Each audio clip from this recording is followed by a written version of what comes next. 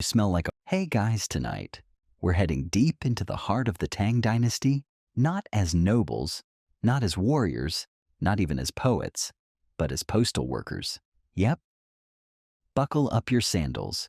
You're waking up in the middle of a dusty camel courtyard, somewhere between that mountain that looks like a soup spoon and literally nowhere with plumbing.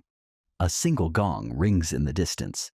There's hay in your mouth, a goat chewing your tunic, and your legs are still sore from yesterday's ride. Welcome to life in the Tang Empire's shockingly complex postal network. So before you get comfortable, take a moment to like the video and subscribe, but only if you genuinely enjoy what I do here. Also, I'd love to know, where are you listening from and what time is it there? Now, dim the lights, maybe turn on a fan for that soft background hum, and let's ease into tonight's journey together.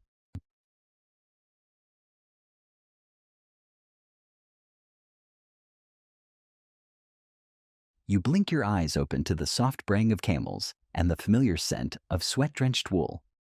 The sky overhead is just beginning to lighten, a soft lavender dome smeared with soot from last night's fire pits. You're not royalty, not a monk, not even a merchant.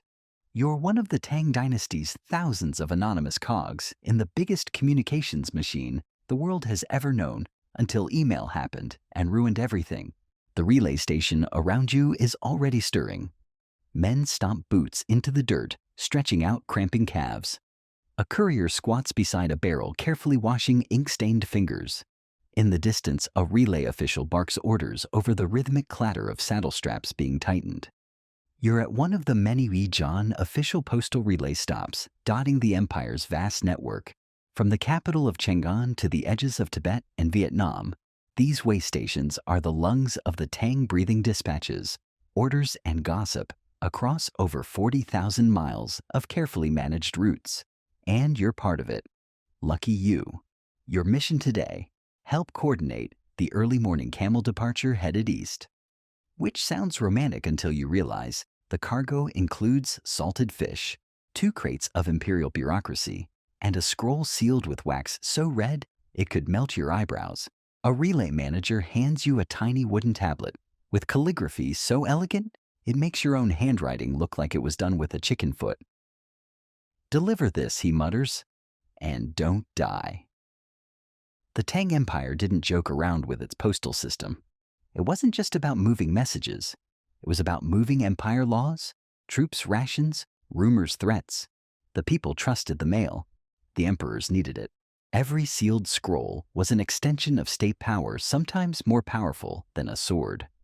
You mount your assigned ride. This one's a camel who immediately turns and spits in your direction. Camel mail was mostly used in the western stretches of the empire, hot, dry regions where horses would rather fake an ankle injury than travel another mile. The animal grunts, shifts under your weight, and begins a lumbering trudge eastward. The sun breaks the horizon like a cracked egg, and the sands begin to warm beneath your feet. The trail is mostly empty, save for a trio of monks heading the opposite direction. One of them gives you a nod. You nod back. There's a moment of perfect silence until a squirrel drops a pine cone onto your head. This is a normal day, and you'll need the focus. The routes are clearly marked, but filled with hazards. Some roads sink into unexpected bogs. Others are mysteriously flanked by carved stones no one dares touch. And once, just once, an ox reportedly exploded after licking a cursed dispatch envelope. Historians still argue whether that was true or just a wildly effective excuse for losing an important decree. After a few hours, you arrive at another relay post, this one built beside a shallow river. You dismount, groaning like a haunted flute, and hand over your cargo. The station chief, an elderly man with one eyebrow and suspiciously clean fingernails, takes the message, sniffs the wax seal for what authenticity truffles, and signals his young assistant to mount a waiting pony. And like that, the message is off again. You sit under a fig tree chewing dried plum and rubbing sand from your eyes. The Tang weren't the first to invent a relay postal system. Persians had the Royal Road Romans, their cursus publicus. but they refined it into something almost terrifyingly efficient. Horse relays every 20-30 kilometers, camel stations in the desert's river couriers in the south. A letter from the capital could reach the distant border in just a few days. Modern post offices still haven't figured that one out. Of course, efficiency wasn't everything. There were rumors, messages gone missing, scrolls tampered with. One courier swore his satchel had a whispering spirit inside. Another vanished entirely, leaving behind only a trail of neatly stacked pine cones and a slightly sarcastic note carved into a tortoise shell. Still, in a world without phones, when even loud shouting had its limits, this was the Empire's lifeline. As the sun creeps higher, you help feed the next round of animals. A pigeon pecks at your boot. Somewhere nearby, a flute plays an off-key lullaby. The road waits, always the road. You don't sleep much. You don't get thanked often. But for a fleeting moment, watching a speck on the horizon, maybe the pony, maybe a dust demon, you feel it. The weight of being part of something larger, older, weirder than anything you imagined. And your camel still hates you. You don't get far before bureaucracy catches up to you. Quite literally, a dust-covered courier gallops in from the north, clutching a bamboo scroll, like it's the Emperor's lunch order shouting something about rank badges and protocol. You brace yourself because when Tang Dynasty paperwork shows up, it never travels alone. The rider halts beside you, dismounts with a theatrical grunt, and unfurls the scroll. A stiff breeze tries to snatch it away. He clamps it with a rock. Name, he asks, not even looking up. You give it.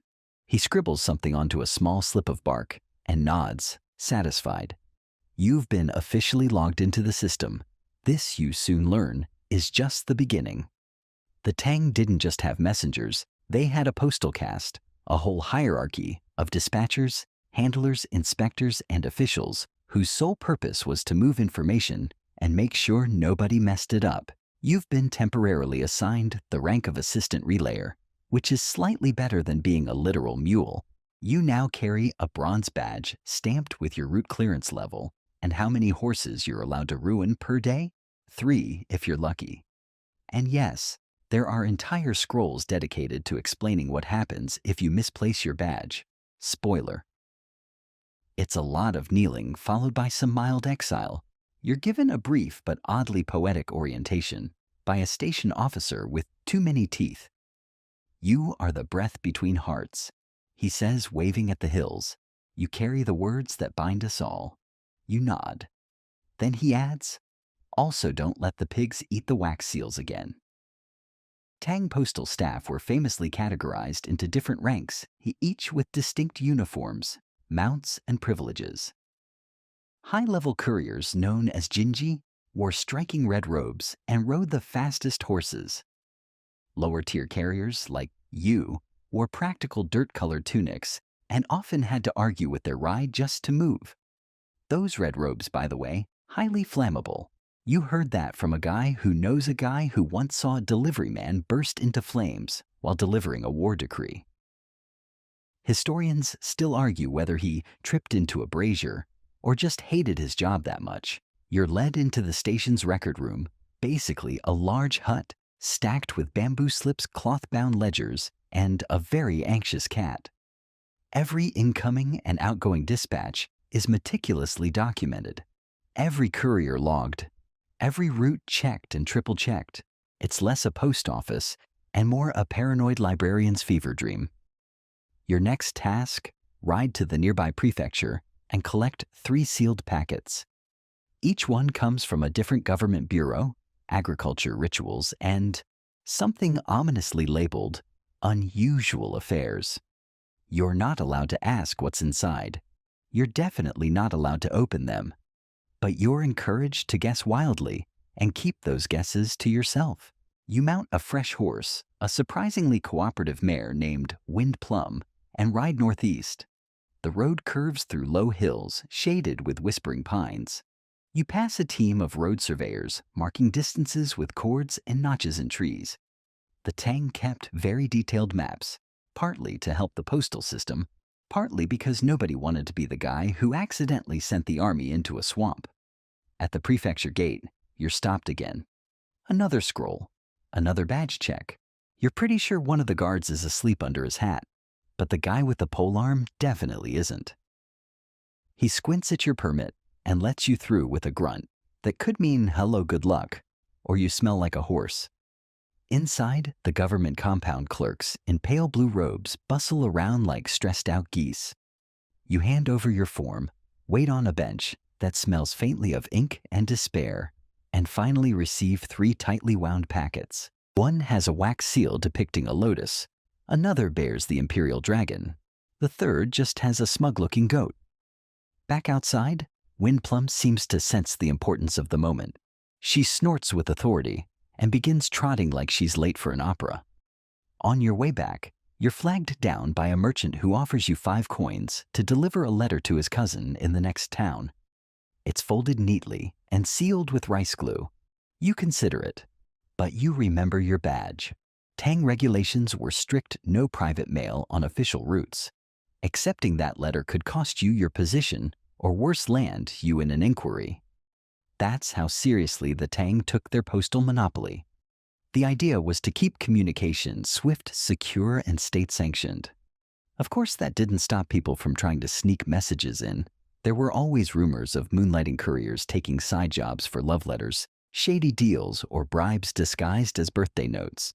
You refuse politely and ride on. Back at the station, your return is greeted with nods of approval. The packages are logged, sorted, and handed off to another courier heading deeper into the mountains. You catch a glimpse of the unusual affairs scroll being slipped into a saddlebag beside a pouch full of bones. You decide not to ask. Before sunset, you're called into the officer's tent and handed a small clay token. Your relay tier just went up, he says. Don't get cocky. It's official. You've graduated from assistant mule to certified cog in the bureaucratic machine. You're still a nobody, but now you're a nobody who's trusted with Category 3 packages. Which sounds mildly impressive until you learn that Category 4 packages are mostly fish. Still, you sleep better that night. You've earned your place. The badge hangs heavy on your belt. The work is hard, the routes are long, and the scrolls never stop flowing. But for once, your hands feel like they matter. Also, Windplum didn't bite you once today. That's probably a sign from the ancestors. By sunrise, you're already on the move again, saddle creaking in time with your spine. The air is cool and dry, your favorite kind of deceptive. By noon, it'll be an oven with opinions. Today's route winds along one of the Tang Dynasty's crown jewels, a royal postal road.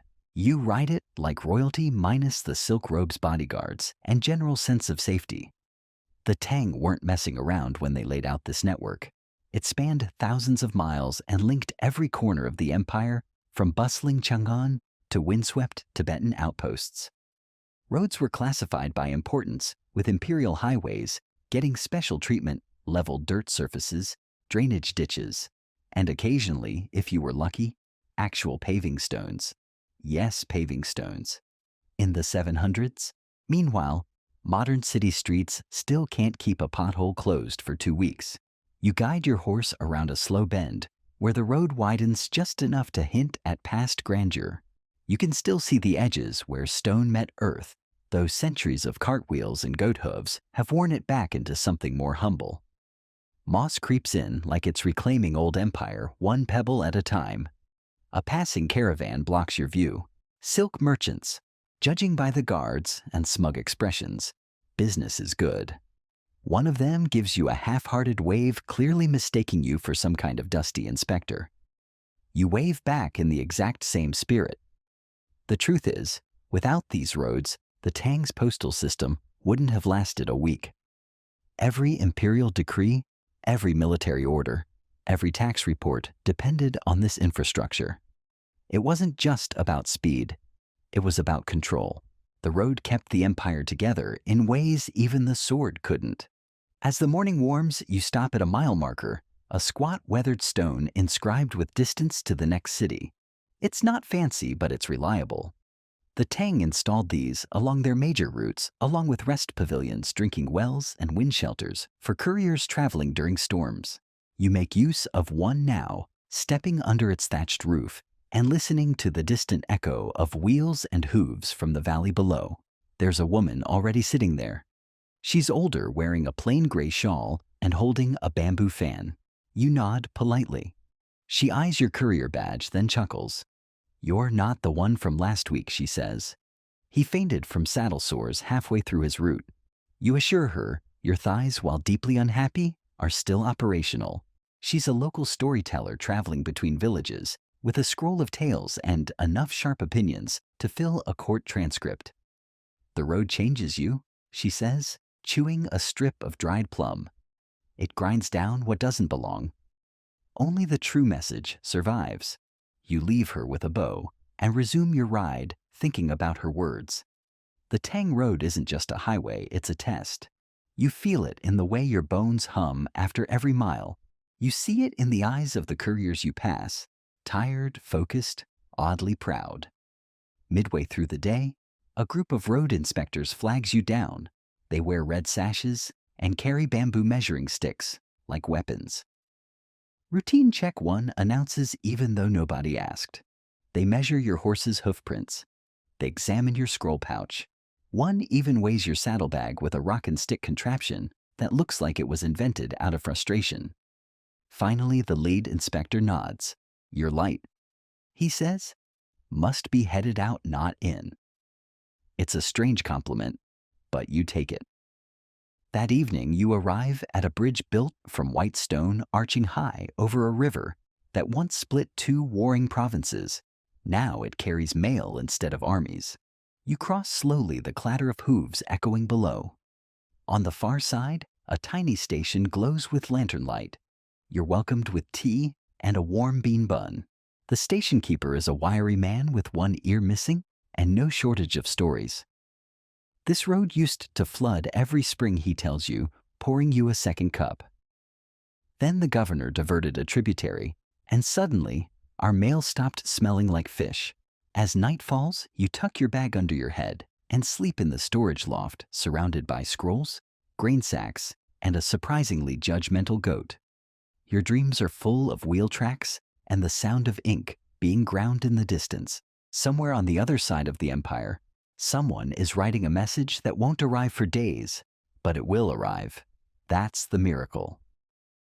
In a time when messages traveled no faster than the legs that carried them, the Tang dared to imagine an empire bound by motion. And somehow, with dirt, sweat, and an absurd number of inspection scrolls, they pulled it off. Of course, not every road is smooth. Tomorrow, you're heading into the hill region. Rumor says a courier vanished there last week, something about a misunderstanding with a hermit monk and a goose. Historians still argue whether the goose was sacred angry or just unusually territorial. But that's tomorrow. Tonight you rest. And yes, the goat is still staring. You leave before dawn, the bridge behind you, just a silhouette against the bruised purple sky. The road turns rougher now, winding into forested hills where fog clings to the ground like lazy ghosts. You tug your cloak tighter and nudge your horse forward. Today you're following a message not metaphorically, but quite literally. It's a sealed scroll from the capital bearing the red insignia of the Ministry of War. You don't ask what's inside, but the wax seal practically radiates urgency. Your job isn't to know. Your job is to deliver. What makes this route special is that the scroll you carry isn't handed off once. It's too sensitive, too valuable. This scroll is traveling end-to-end riding with a single courier, all the way from Chang'an to the far western frontier. You're the third in a line of relay couriers handling this particular dispatch, and the final leg is yours. You're it. This kind of delivery is rare, reserved for wartime orders. Royal pardons or really scathing poetry critiques don't laugh. One imperial cousin once challenged another to a duel over an insult buried in verse. Historians still argue whether that duel ever happened, or if the poem was just too clever for its own good. Your ride is not clever. Your horse is big tired and profoundly indifferent to your hopes and dreams. Her name is Mountain Fat, and she occasionally stops to stare at trees as if they owe her money. By mid-morning, you reach a mid-route checkpoint. It's a small fortified outpost, guarded by a trio of sleepy soldiers and a rooster with main character energy. The lead guard checks your badge, eyes your scroll, and grunts. You're cleared, but keep to the west past the eastern trails washed out. You nod, refill your water skin, and trade a joke with one of the younger guards about how imperial orders probably travel faster than rice gossip. He grins, barely. The West Pass is narrow, its stone walls stacked high and steep, as if the mountains decided to build their own private postbox. Moss slicks the path in places, and you dismount to guide Mountain Fat by the reins. She sighs audibly, yes, audibly, and trudges on. You think about the letter in your satchel. How many hands touched the parchment before it was sealed? Did someone draft it by candlelight in a palace office? Or was it dictated aloud, sharp words hanging in the air, as a scribe scratched furiously at silk-bound paper? Somewhere behind you, the road you've already traveled disappears into mist. Ahead, another switchback, another hour of sweat and careful footing, another layer of imperial muscle moving across land. You reach the summit near noon. The sky opens up. Below, the valleys of the western borderlands unfurl like a green map rice paddies, winding rivers, distant villages, no wider than thumbprints. You pull out the scroll and check the seal again. Still intact, still heavy with unspoken power. By late afternoon, you arrive at your final destination, a garrison town straddling the empire's edge. Red banners flap against the walls. A temple bell tolls in the distance. A courier officer meets you at the gate. He's younger than you expected. Clean-shaven, sharp-eyed, not a speck of dust on his uniform. Scroll, he says, without a trace of small talk. You hand it over. He examines the seal, checks your badge, and gives a crisp nod. You've done well. You wait, expecting some kind of ceremonial flourish, a stamped token, a silk receipt, maybe even a plate of buns. Instead, he tucks the scroll into his sleeve and walks off. No farewell. No gratitude. You're left standing there in the dust, with Mountain Fat, who chooses this moment to sneeze on your sleeve. Such is the courier life. You stable your horse, rinse your face at a public fountain, and slouch onto a bench just outside the city gate. A boy with an apricot cart offers you a slice. You trade a coin. It's warm, sticky, and perfect. As you sit watching the sun inch toward the horizon, another courier rides past at full gallop. Behind them, another, and another. Scrolls tucked into sleeves, badges flashing. Hooves pounding rhythm into the road. The empire never stops moving. You realize something, that your scroll didn't just reach its destination. It was part of a larger current, one tiny ripple in a sprawling tide of information carried across forests and deserts by people like you. Not warriors, not ministers, just riders, dirt-smeared and sore, keeping the bloodstream of the Tang alive. You head to the Relay Inn and pay for a night in a room with a mat that smells only slightly of pickled cabbage. You lay back watching moths flit around the oil lamp and wonder what that scroll said. You'll never know. But tomorrow, there will be another. And it might just be your hand that sets it in motion. The morning is sticky with humidity, the kind that makes your linen robe cling in awkward places. You stretch brush crumbs of yesterday's apricot bun off your chest and head out to the yard where Mountain Fat is chewing something that was probably never alive. You pat her neck. She ignores you. Today's assignment is different. You're not carrying anything this time. No scroll, no parcel, not even a suspiciously urgent shopping list from the Ministry of Rights. Instead, you're being sent to observe something, someone that no courier talks about openly, the other couriers. The ones who travel the same roads, wear the same badges, but never seem to stop anywhere long. They don't chat at relay inns. They don't trade gossip. They don't eat apricot buns. You've been briefed in quiet tones.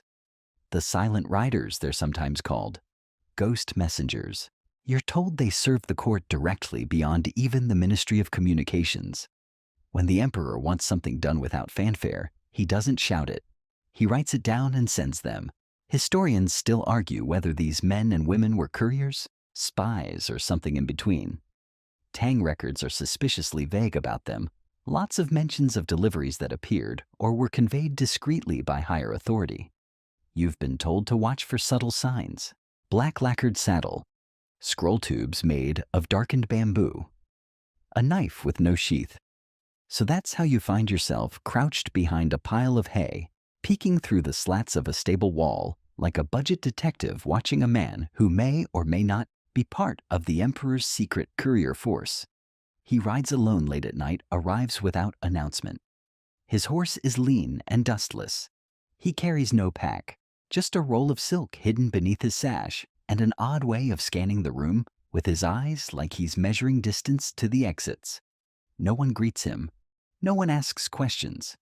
The station keeper nods once silently and hands him something under the table. He's gone within 10 minutes. You step out after him, casually as possible, pretending to inspect your own saddle straps. You watch the direction he rides. Not the main road. Not even a secondary road.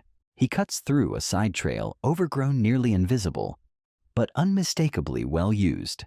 You memorize it. For the next 2 days, you follow discreetly. At least you try.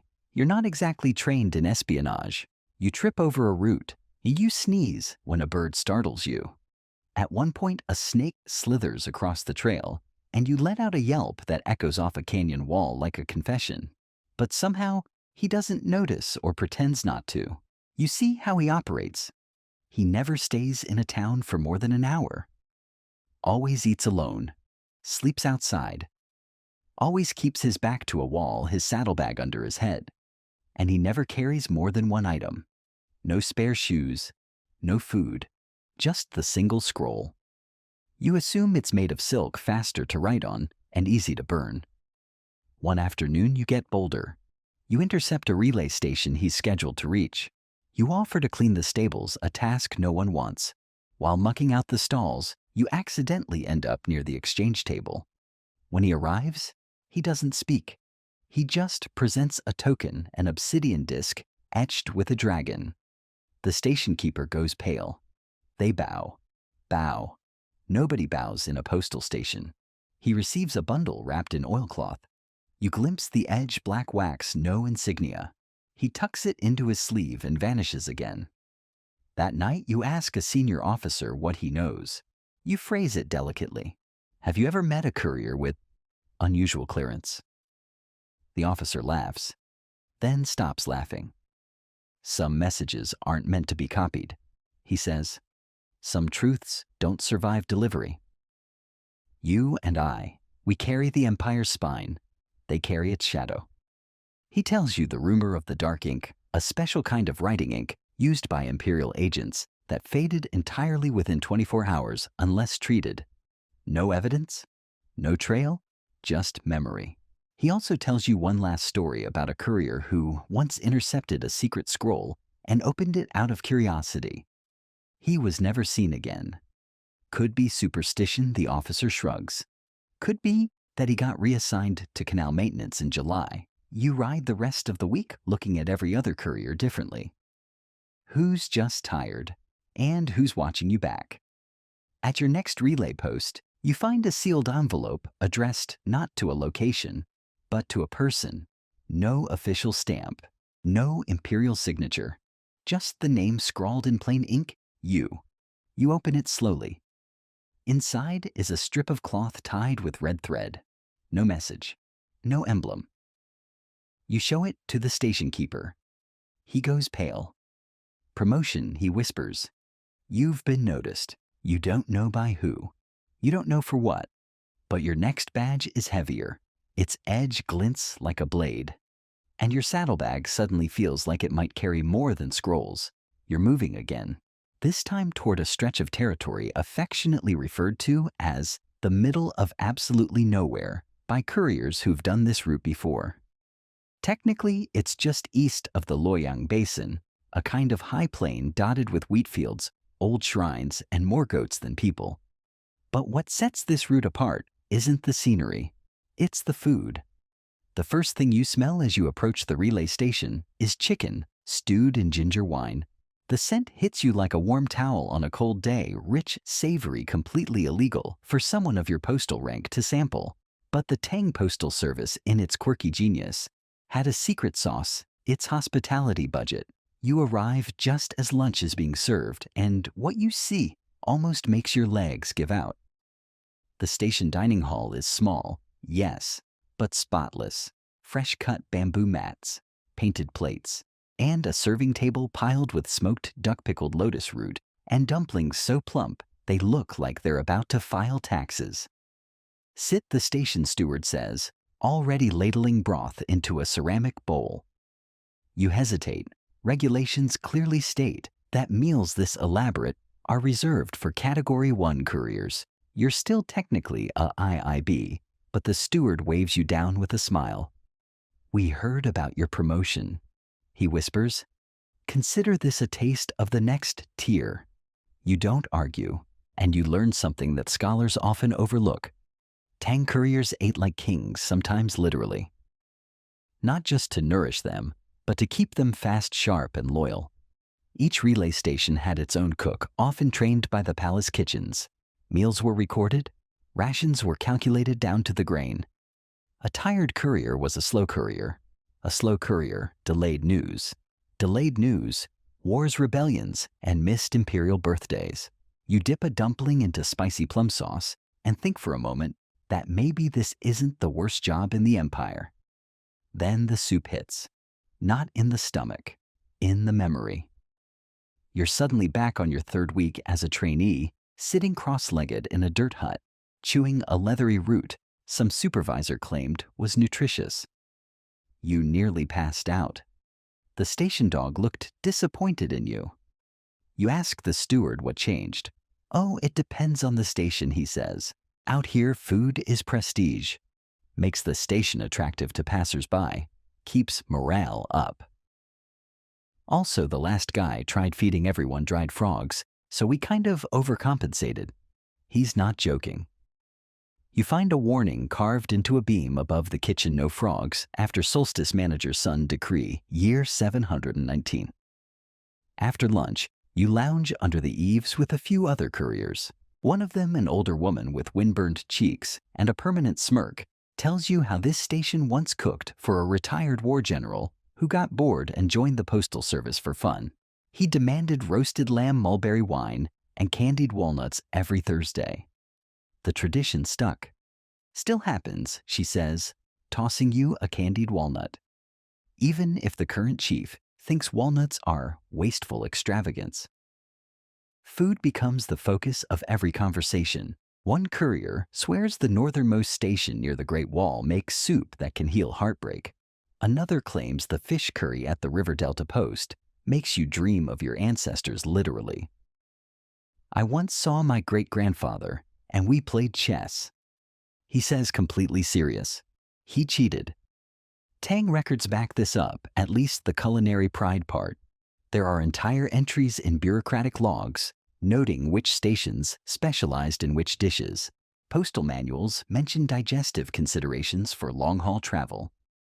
Even imperial examiners traveling between test sites occasionally used postal stations and commented on the cuisine. You wonder, was this just nourishment? Or was it loyalty disguised as lunch? After your third helping of lotus root, you're led to a small private room lined with scrolls. A note is pinned to the wall. Tomorrow's ride is long. Tonight, eat, bathe, and rest. Your speed is our strength. You bathe in a wooden tub filled with herbal water, courtesy of a local monk who doubles as the station's spiritual advisor / bathhouse attendant. He asks no questions, but hums a tune that sounds vaguely like imperial court music mashed with lullaby. You sleep that night with a belly full of duck, your badge polished, and a quiet realization. You're not just a cog in the wheel. You're a guest of the empire, and this wheel turns on stomachs. Of course, the next morning, your route takes you through swamp territory, where the only food available is dried moss soaked in vinegar. The local station apologizes and hands you a small ceramic cup labeled emergency flavor paste. It tastes like regret. You cherish the memory of ginger chicken like it was a lover. You barely make it 2 leagues into today's ride before realizing something's off. The trail is too clean. No hoof prints, no cart ruts, no snack wrappers dropped by careless merchants. And yet the scroll you carry, sealed in black wax and marked with the Imperial Phoenix, has no delay stamp. It's urgent. Private route only, the instruction reads. For bearer's eyes and saddle alone. You're being trusted with something serious. Not military serious, but close. Royal family serious. This is the Emperor's personal messaging line. You slow your horse? Take a breath. This isn't the normal postal system. This is the express lane, the one nobody talks about, used exclusively by the palace for love notes, edicts, hush-hush negotiations, and possibly complaints about the court poet's growing obsession with swan metaphors. This inner system is known unofficially as the Jade Line, not because the scrolls are made of jade, but because everything on it is polished, precious, and protected. Only a tiny percentage of Tang couriers ever even learn of its existence. You're beginning to suspect your recent promotion has fast-tracked you into the shadows of the throne. Your route is deliberately winding, designed to be untraceable. You're handed a new directive at every stop, with locations whispered, not written. One station master simply places a rock on the map and mutters, "Follow the river until it sings." You do. And yes, eventually, the water actually does begin to make a humming noise. There's a waterfall nearby, but still you're unnerved. The next checkpoint is a hut that doesn't appear on any map. The man inside greets you without asking your name. He wears no uniform, no insignia, but his eyes track like a hawk, and he smells like sandalwood and secrecy.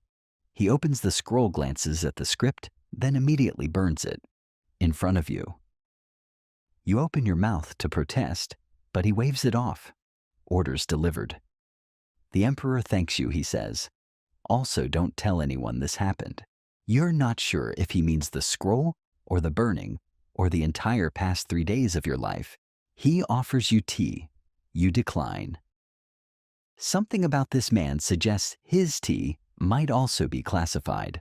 Later, while adjusting your saddle strap, you reflect on what just happened. The Tang Emperor, actual son of heaven, just used you as his personal inbox. You've become a one-person version of Imperial encryption. The message came in, traveled unspoken, and vanished without a trace. This is how secrets survive in the Empire. Not in silence, in motion. You return to the nearest regular relay station, where the steward acts like you've been on a routine errand. No questions, no knowing nods, just a warm bun and a dry towel. The scroll's absence isn't remarked upon. The registry shows nothing unusual, but you catch something odd. Your badge has changed color. Not dramatically, just a subtle bronze shimmer now instead of iron gray. You wouldn't have noticed it, but another courier eyes it as you pass and instinctively straightens up. You eat dinner in the common hall with half a dozen other riders. Everyone shares stories, the best bathhouses, the worst inns, the station, where the cook accidentally served dyed horse jerky to a visiting magistrate. You laugh, but you don't tell your story. The truth is, the Emperor's private line isn't just about speed. It's about trust. There are whispers of other couriers, ones who carried messages for years, but never knew what they were part of. Then one day they vanished from the official logs. No death recorded, just a note. Honorably reassigned to heaven. Historians still argue whether these were code phrases for a retirement execution, or something weirder. One theory suggests these couriers became ghost riders, emissaries, sent to deliver final words to the ancestral world. You'd laugh that off, but the waterfall humming still echoes in your ears. That night, as you settle onto your mat, you find a folded piece of silk tucked into your blanket. No name, no message, just a single embroidered thread in the shape of a phoenix feather. You look around. No one else seems to notice. You hide it in your sleeve. Whatever this new level of courierhood is, you're in it now, and there's no scroll to burn your way out. Your next assignment comes with a warning. Take the Western horse, the relay officer says, rubbing his temples. She's spirited. You step into the stable and meet her. Tall, broad-shouldered, chestnut fur with streaks of dust and attitude. Her name scrawled onto a wooden tag, Thunder Blossom, which sounds charming until she immediately tries to bite your hand. Thunder isn't metaphorical. You saddle her slowly, carefully. She flicks her ears like she's memorizing your weaknesses. The stable hand pats your shoulder. Good luck, he whispers. She likes humming. Hates sneezing. Noted. You mount up. And she bolts. No slow trotting. No warning flick of the tail. One moment you're swinging a leg over the next. You're clinging to the reins while the world blurs into a watercolor of trees, rocks, and poor life choices. Your satchel bounces wildly. The scroll inside, nothing imperial this time, just a sealed tax roster, jabs into your ribs like it has opinions. The road disappears. You hold on anyway. This, apparently, is what it means to ride courier at full speed. Despite the legendary roads and elaborate infrastructure, there are times when the Tang courier service relied less on relay chains and more on sheer bone-rattling velocity. Not every message could wait for an elegant handoff at a lantern-lit post. Some had to be pushed through the land like a flaming arrow, start to finish, rider and horse as one. This was called direct dispatch. And you're doing it. Sort of. If you survive. The trail narrows. Thunder Blossom doesn't care. She leaps over a ditch, veers around a fallen log, and barrels straight through a flock of extremely unimpressed geese. You try to apologize mid-gallop. They honk like you owe them rent. You pass a farmer carrying bundles of rice straw who blinks at you as if he's hallucinating. Maybe you are. The trees blur. Your joints rattle.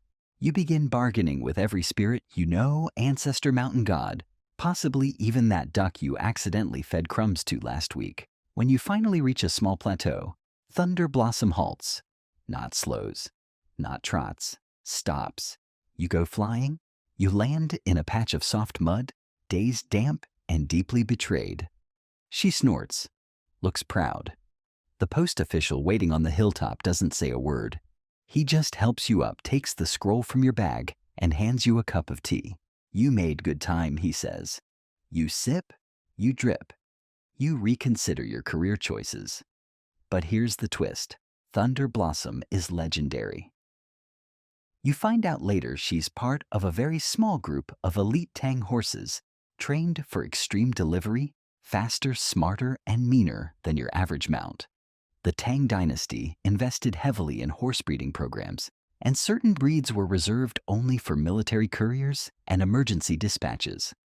Thunder Blossom is one of them, and you survived her. Back at the station that night, the steward hears your name and raises an eyebrow. You rode Blossom voluntarily. You don't correct him. Let the legend grow. Another courier slaps you on the back. She only dumped 2 people this month. You're doing great. You soak your limbs in a hot barrel of salted herbs. Every muscle protests. Your bones whisper accusations. Your eyebrows somehow still sting. But deep down under the soreness and swamp grime, you feel it. You're not just carrying messages anymore. You're learning to fly with them. And that flight. Sometimes it kicks you in the stomach, smells like wet fur, and has hooves. That night, you sleep in the loft above the stables. Thunder Blossom munches hay below, occasionally snorting at your snoring. You dream of wind. You wake to hoof prints beside your bedroll. You're sore from the ride. Every joint creaks like an old door, and your legs feel like they've been slapped by ghosts. So when the next station master says you've earned a break, you don't argue.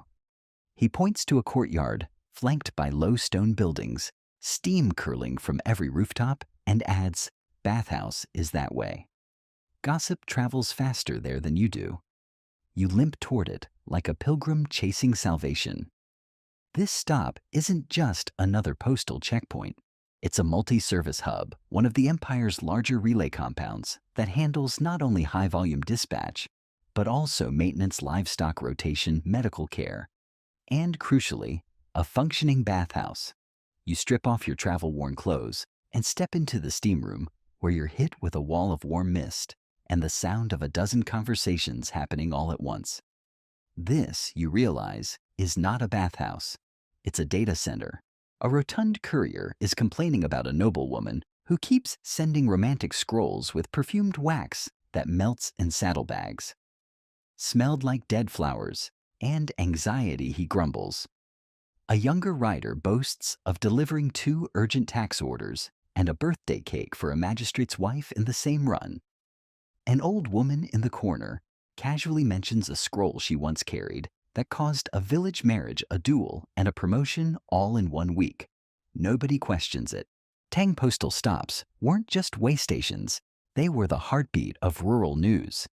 Every letter carried whispers, and every stop amplified them. Once bathed and blissfully human again, you enter the common hall, where pots of noodles boil over open stoves, and flasks of rice wine circle the benches like sacramental offerings. You sit, eat, and listen. You hear about the fire in Pingyuan, someone says. No fire, another corrects. It was a flood. Burned scrolls don't leave fish behind. Maybe it was arson by fish offers a third to muffled laughter. This place has its own rhythm. A low hum of voices, interrupted only by slurps and the occasional snore from a courier passed out mid-noodle. You quickly realize something else. Not every story here is public knowledge. Some messages are lost. Some were rerouted. Some were never officially recorded. But they exist whispered from bench to bench, a relay of rumors as efficient as the mail system itself. You trade your own tale, a tame version of the Thunder Blossom incident. Laughter echoes. A courier from the south slaps his knee and declares that mare once threw my saddle into a rice field and kept going without me. She delivered the scroll anyway. You bond over scars, saddle burns, mysterious scroll stains. Someone pulls out a harmonica. It's almost good.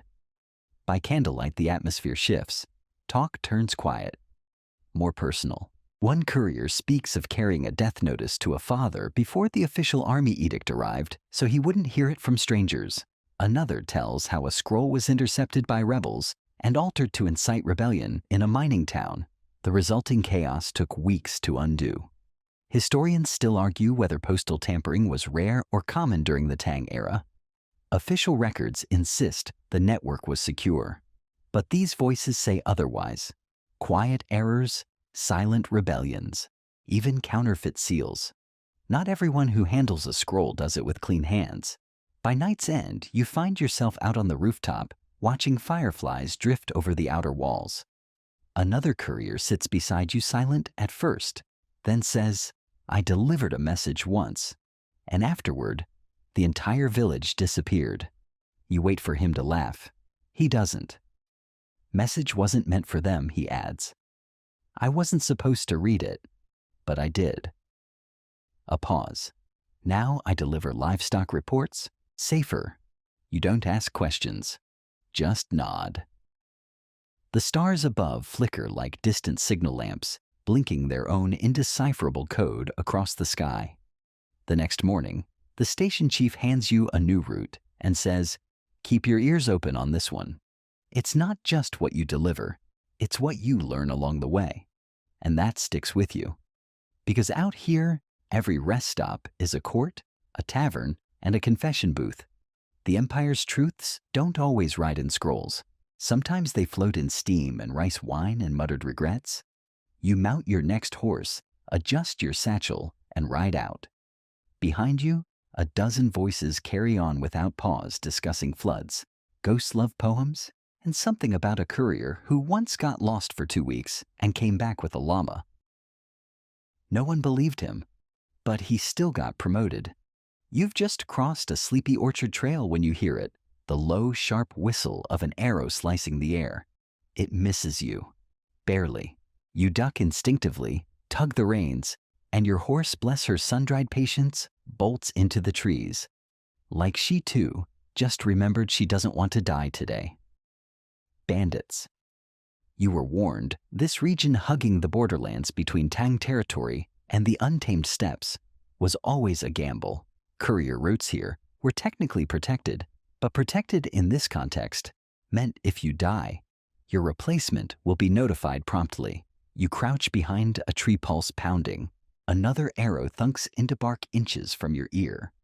You mutter a prayer to the spirit of safe deliveries and crawl toward a narrow ravine where moss swallows the sound of your breath. In your satchel, an innocuous-looking bundle of scrolls. Weather records, border patrol schedules, and a list of salt allocations. Nothing scandalous, nothing secret. Which makes this attack worse. They're not just bandits, they're interceptors. You've heard rumors how foreign powers, rebellious governors, and even rogue nobles sometimes hired mercenaries to disrupt the postal chain. Not to rob gold, to rob information. The Tang Empire didn't just rely on military muscle, it relied on speed, on timing. Delay a message, and suddenly, troops march too late. A tax shipment gets overpaid. A rebellion becomes reality. Historians still argue how often the postal system was targeted intentionally. Some records claim it was rare, occasional, isolated incidents. Others hint at entire courier cells going dark, never resurfacing their final scrolls, found floating in rice paddies years later. You can't dwell on that now. Footsteps, shouts. They're closing in. You dig into your satchel. There, folded in waxed cloth, is a panic packet. You were issued one after your promotion. It contains flammable powder, a needle-sized blow dart. You still have no idea how to use it, and a single-use imperial seal, a stamp you're to destroy only if captured. You take a breath. Then from above, a shrill whistle cuts the air, and a counterattack begins. From the trees behind the ravine, 3 riders descend, Tang patrolmen, red sashes, flapping like flags of wrath. Arrows fly, the bandits scatter. One drops his bow and books it into the underbrush, screaming something about wrong courier, wrong day. Within minutes, it's over. You're still holding the blow dart backward. Good thing you didn't use it. A patrol captain rides up, eyes you from head to toe. You alive, you nod. Mostly. He offers you water and inspects your satchel. No seal broken. Good. You were calm. You were not, but you take the compliment. Turns out these patrols aren't random.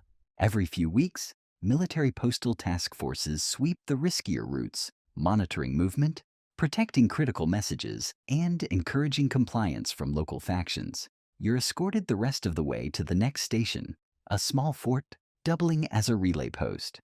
Inside, a board lists known disruptions. It's shockingly organized. Each region marked with symbols: dagger for bandits, crow for rumors, fire symbol for actual arson. You scan the list. Your route? 2 daggers. Comforting. You share a meal with the patrolman, dried beef barley cakes, and strong green tea that tastes like boiled hay, but hits like courage. They talk about the increasing interest in the postal routes, not just from criminals, from rival factions within the court.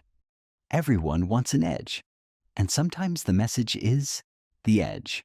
You learn a phrase, cut the line, blind the empire. That's what some rebels believe. If the message doesn't arrive, the emperor can't act. You shiver, not from cold. That night you check your satchel 3 times. You sleep with the packet under your pillow, dagger unsheathed, and the imperial seal tied around your wrist. In the morning, the patrol captain nods farewell. You did well, he says. Most just scream and ride in circles. You chuckle, barely. But here's the strange part, you're stronger for it. You know now that the scrolls you carry aren't just messages, they are targets, they're leverage. Every ride might be a battlefield, every pause a trap, every delay a possible empire-shaking event. And you, You're a courier. You carry that weight. As you ride off the trees, whisper the road straightens, and your new horse, who thankfully has no reputation, trots forward like nothing happened. But you look back once, just to be sure. You arrive at the next station still jumpy from the ambush. A courier nods at your pale expression and says, "Let me guess. Bandits with arrows and bad aim." You blink. He shrugs. Happens. Welcome to the mid-tier routes. The station itself is unimpressive, more a glorified shed with a donkey pen and a water trough. But you're grateful for the momentary safety. Until the station master hands you your next delivery, a sealed scroll wrapped in red silk double-tied. Sensitive content, he says. Category 2. Don't lose it. You cradle the scroll like it might explode. You've seen dozens like it by now. Military updates, tax revisions, court orders. But this one comes with reputation. Because while the system is mostly flawless, you've heard the horror stories whispered around bathhouses and grain carts, the lost dispatches, the undelivered scrolls, the messages that broke more than hearts. Take the story of the courier in the southern provinces who misread a routing glyph and delivered a troop order to the wrong governor. Result A, militia mobilized early, marched into an unprepared village, and sparked what some later called a rice rebellion. Crops were burned, grain stores emptied. The emperor sent a scroll that just said, "Fix it." No one knows what happened to the courier. Historians still argue whether that error actually caused the rebellion, or if the scroll was just the spark on a pile of very dry kindling. But the lesson-stuck accuracy was sacred. And yet, you hear another side of the tale too. Over dinner, an older courier tells you about a scroll that arrived too quickly, ahead of a court negotiation it was meant to follow. A regional lord opened it early, learned the terms, and used that knowledge to strong-arm a better deal. The messenger was commended, quietly, off the record. So not all delays are mistakes. Some are strategies. It's late when you reach your assigned stop for the handoff. You knock. No answer. The station is empty. Not abandoned, just unattended. A logbook sits on the desk open to today's date. Ink is still wet, but no people, no horses, no footprints. You wait, minutes pass, an hour. Still nothing. Protocol says to wait no more than 2 hours for a handoff unless prior arrangements were made. But there's no secondary contact, no instructions. Just a scroll that now feels like it's pulsing with pressure in your satchel. You reread the wax stamp and make a decision. You will complete the delivery yourself. It's not uncommon. Sometimes relays go dark. Illness, weather, someone's ox gets stuck in a ditch. A courier stepping in to close the loop is frowned upon if it goes wrong, but praised if it goes right. You saddle up, ride through dusk, and navigate unfamiliar terrain by starlight and gut feeling. Somewhere around midnight, you arrive at a gated estate with silver lanterns and a courtyard that smells like incense and old money. You knock. A servant opens the door, sees your badge, and bows. "We expected you yesterday," he says. Your stomach drops. You open your mouth to explain, but he waves it off. No matter, you brought it. He takes the scroll reverently, disappears into the manor. You sit outside. Wait. Minutes pass. Then someone returns, not the servant. A man in formal robes, a thin mustache, and eyes like ink wells. "You did not delay," he says. "You adapted." That's rare. He offers you a folded paper. Inside, a stamped commendation, signed by someone whose name you recognize from a Tang Imperial bulletin. High rank. Very high. You're dismissed. You ride back slowly, mind buzzing. The next morning, you find your name added to a notice board back at the relay station. Small script, modest ink, handles sensitive reroute with discretion and initiative. No fanfare. No raise. Just a nod from the system itself. Still, the praise tastes sweeter than plum wine. You think about all the other scrolls that didn't make it. There was the courier who fell sick, and handed his message to a farmer who lost it in a rainstorm. The message was recovered days later, muddied, unreadable, its seal cracked. The courier was fined, the farmer exiled. There was another who vanished mid-route his horse, returning without him. Search parties found his satchel still strapped to the saddle. The scroll inside untouched. It was delivered anyway. The man was never found, but the message arrived. Sometimes that's all the Empire cared about. You sleep light that night. Not from fear, from awareness. The scrolls you carry aren't just paper. They're pulses, beat after beat. And if one skips, the body feels it. The morning fog is dense, hugging the fields, like a secret whispered across the land. Your orders today are clear. Supervise a station transfer in a rural province, known for two things: excellent goats and even better station managers. When you arrive, only one of those things proves true. The goats are in fact exceptional. Their coats gleam. They walk like they know poetry. But the station manager, she's not what you expect. She's a woman, young, wiry eyes, sharp as lacquered pins.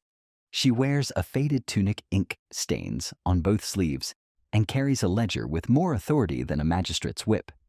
You hesitate, not out of doubt, just surprise. Female officials aren't common in the Tang relay system.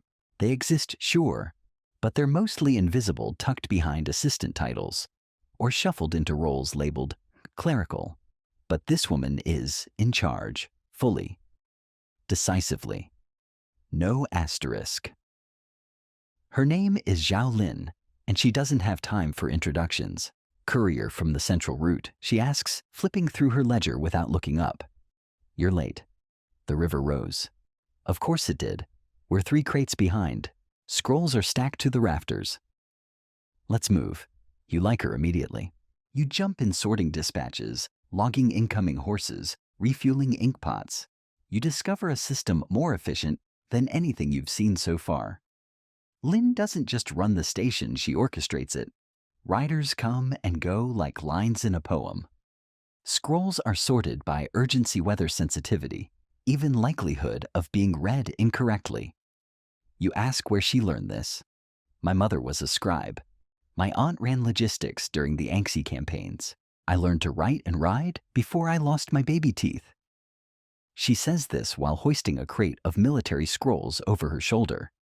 And then, like it's nothing, she adds, most men assumed I was here to sweep floors, so I let them trip on them. Over the next few hours, you realize the truth: women have been holding this network together in places no one wrote about.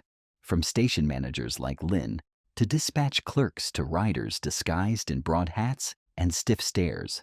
One assistant, a teenage girl named May, tells you how she rides night routes disguised as her older brother. He's got a bad leg, she shrugs. But he's got the badge. I've got the lungs. She's been delivering scrolls for 2 years, never missed one. At dinner, you sit with a table full of women. Couriers, record keepers, animal handlers. They talk shop like warriors, comparing battle scars. I once rode through a flood with tax codes stuffed in my boots, says one. Flood, another counters. I delivered divorce decrees during a locust storm. You ever try keeping wax seals dry when bugs keep landing on them? You're in awe. Turns out this station is part of an unofficial circuit, a relay line built and maintained almost entirely by women. When official records fail to recognize their work, they keep their own logs. When promotions stall, they cross-train each other. When scrolls go missing, they trace them manually, using smell ink bleed patterns and good old-fashioned intuition. Historians still argue whether female postal workers were formally allowed in the Tang system.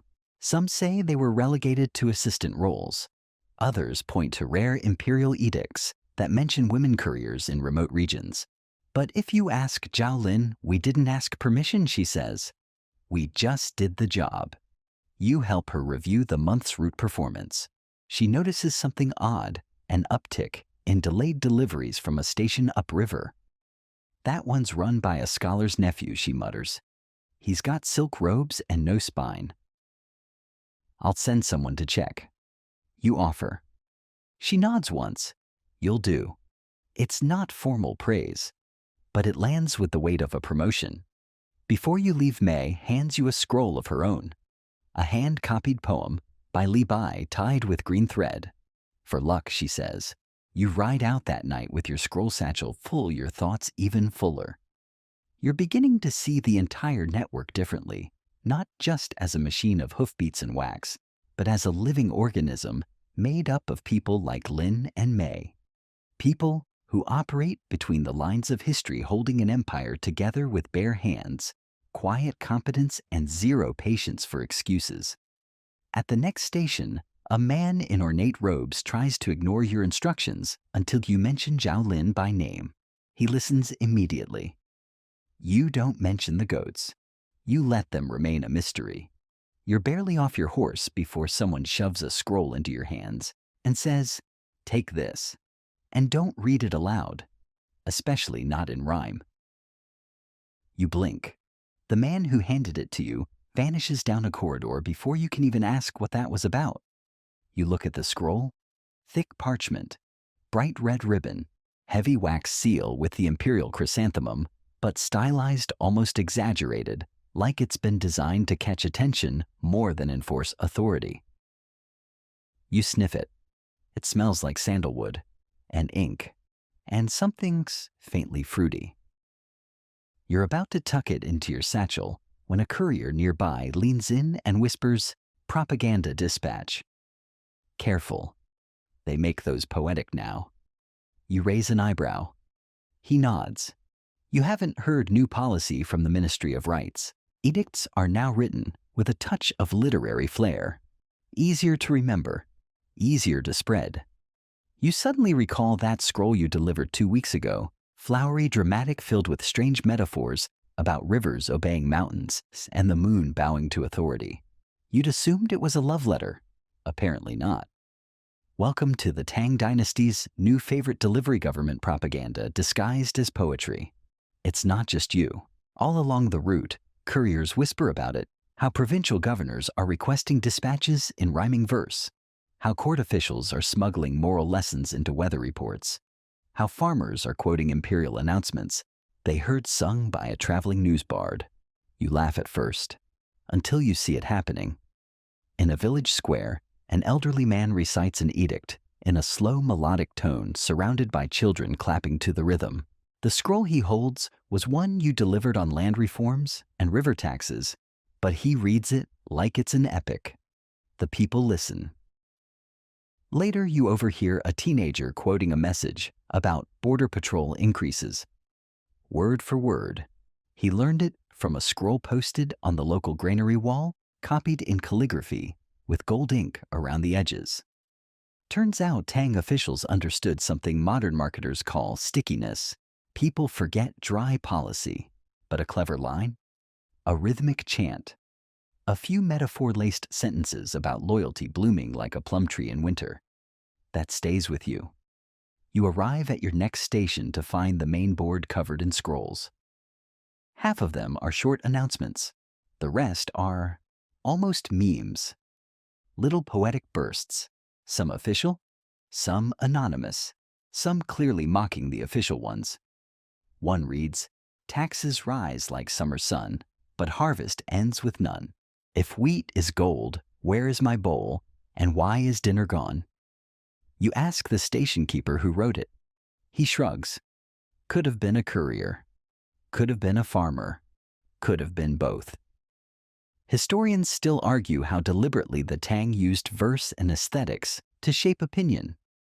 Some believe it was a coordinated campaign, ministry approved, and emperor endorsed. Others think it grew organically, the natural blend of bureaucracy and culture in a society that revered poets as national treasures. Either way, it worked. Messages traveled faster when they were beautiful. Decrees spread further when they sounded like song. And sometimes a dangerous idea could sneak through the cracks of a rhyme. But propaganda didn't always serve power. In one mountain village, you find a scroll nailed to a tree, handwritten unsigned. It praises the emperor's justice and urges people to donate grain to local orphanages. Beneath it, Someone's scribbled in charcoal. A scroll can't feed a child. You ride on. Later that night, in a quiet tea house, you meet a fellow courier who tells you a secret. She once delivered a scroll that sparked a rebellion, but no one knew it came from her. The message, meant to calm unrest, was written in such flowery language that villagers took it as satire. The uprising lasted 4 days. The scroll was copied 20 times. Words have weight, she says, but when you wrap them in rhyme, they float. Back in your room, you unroll the next assignment, another propaganda piece. You're to deliver it to a schoolhouse post-it near the bell and read it aloud to the head teacher. It's about salt quotas. But it ends with a metaphor about oceans obeying the shore. You sigh and ride. As dawn breaks, you catch yourself muttering the lines under your breath. Not because you have to, but because they fit. And that's the secret, isn't it? You're not just a courier anymore. You're a carrier of language crafted, coded, sometimes weaponized. And you wonder, how many of the scrolls you've carried changed minds? How many carried seeds? How many were just pretty lies? You've been reassigned to something odd. A new route, a new badge, a new kind of courier squad. They call themselves the Swift Birds. You're not sure if it's a nickname or an official designation, but the moment you arrive at the outpost, you feel it. This isn't your average relay post with sleepy horses and stale rice buns. It's silent, focused, polished. No one here walks, they move. Precise, minimal noise. Everyone seems to know where everyone else is going before they go. Even the horses stand straighter. You're given a uniform with tighter stitching, a scroll tube made from lacquered bamboo with jade inlays, a saddle that actually fits, a new horse named Breeze Whisper. She makes no sound when she trots. You immediately trust her more than most people you've met. You're not told what this scroll contains.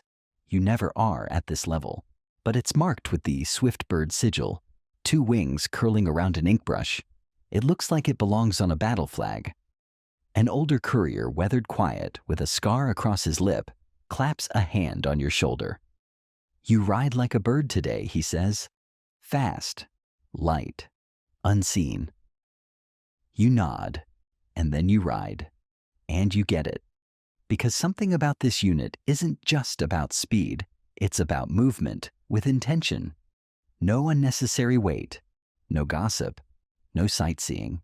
You move from post to post, like wind through a flute. Your route takes you through narrow gorges, flooded rice fields, and one terrifying suspension bridge that sways like a drunk poet.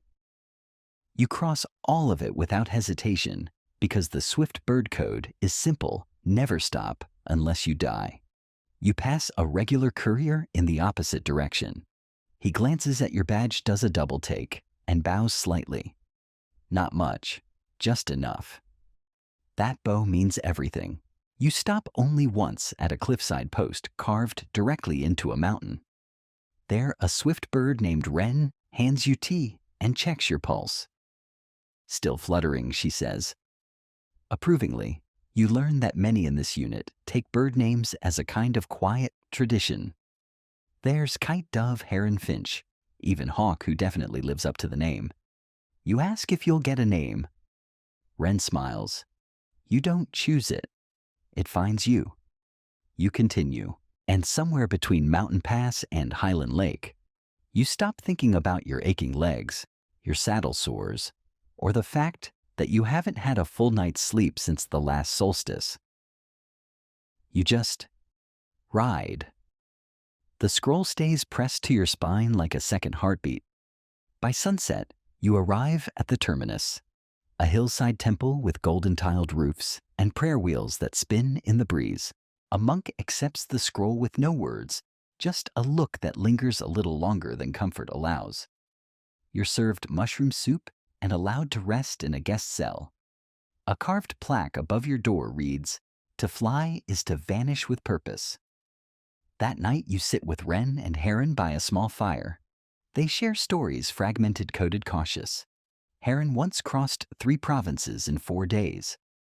Wren delivered an edict during an eclipse. Kite fell during a storm. Never found. No one speaks his real name.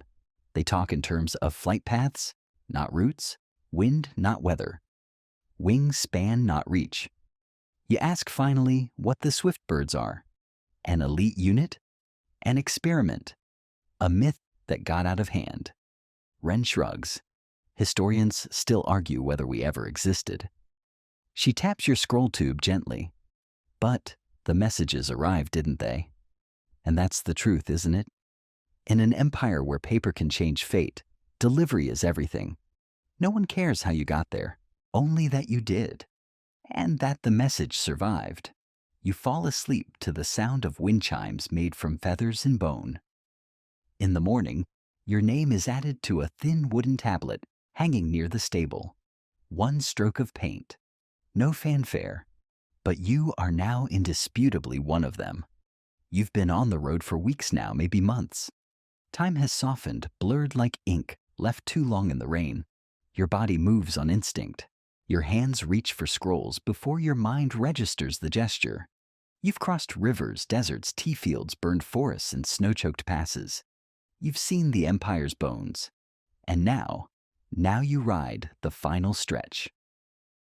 It's dawn when you receive the assignment. Carry the last imperial scroll of the season to a watchtower at the empire's edge.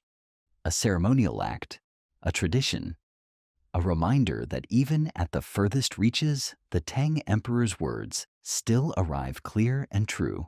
You take it from the official's hands. The scroll is unusually plain. No seal, no ribbon, just a length of silk folded neatly, its weight deceptively small. You ask what it says. He shrugs. We never open it. It's meant to arrive unopened. That's the point. You raise an eyebrow. Symbolic, he adds. Proof the system still works. And that's how you find yourself, galloping into the wind across golden plains, a scroll in your pack that may or may not contain anything at all. You pass lonely huts, scattered stones, ox carts groaning under baskets of garlic and firewood. No one waves. Everyone watches. The path narrows, then climbs. You're heading into hill country now. Dry wind-red dust vultures tracing lazy circles overhead. The empire thins here, stretches taut. You feel like a thread pulled across the seams of a very old robe. The road grows worse, just packed dirt and stubborn rocks. You dismount and walk. Your horse follows, tired but loyal. You arrive by late afternoon. The watchtower is exactly as described, a squat stone outpost 3 stories high, with a tattered banner snapping weakly in the breeze. A single soldier waits at the base. He's older than you expected, and alone. You hand him the scroll. He accepts it wordlessly, steps inside, climbs the stairs, and returns moments later to nail the scroll unopened to a beam beneath the roof. You follow him up. From here, the entire horizon yawns open. Nothing but hills and sky. He doesn't speak, just gestures to the scroll and says, "They still arrive." You sit beside him, and you think of the first relay station, of Mountain Fat and Thunder Blossom, of Zhao Lin and her perfect ledger, of the ghost couriers, of the bandits, of the bathhouse whispers, of the humming river, of the swift birds. You think of every moment you held a message in your hands and didn't know what it would do. Would it start a war? Save a child? Delay a wedding? Break a town? And yet every scroll you've carried mattered, not because of what it said, but because it arrived. You thank the soldier, descend the tower, and begin your ride back. You've got no message this time. You are empty, but not in the sad way, in the ready way. You've completed the full circuit of the empire. You've seen its inner muscles, its hidden lungs. You've ridden with shadows and dined with legends. You've held secrets, burned words, carried truth, and now you carry silence.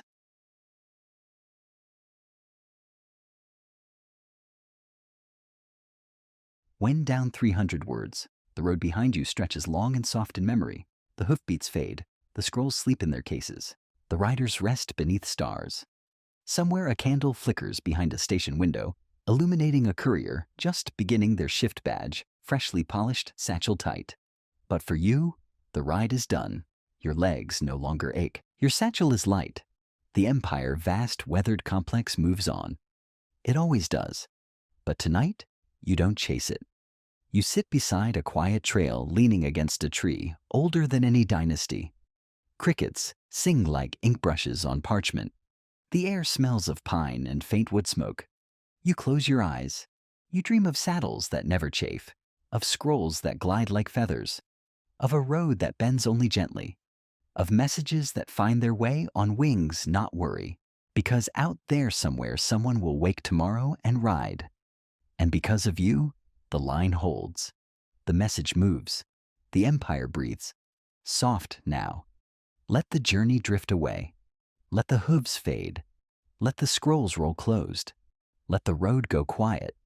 You've done enough. Sleep. Sleep. Sleep. Sleep. Sleep. Sleep. Sleep. Sleep.